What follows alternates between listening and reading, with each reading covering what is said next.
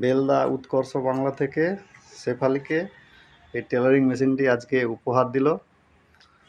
দীর্ঘ 4 মাস ধরে টেলারিং শেখার জন্য এবং সেখানে উল্লেখযোগ্য কৃতিত্ব অর্জন করার জন্য ওখান থেকে এই মেশিনটা প্রদান করলো।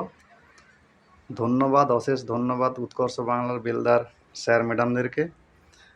সেই খুশিতে আজ শেফালি মিষ্টি খাওয়াচ্ছে আমাদের বাড়ির সবাইকে।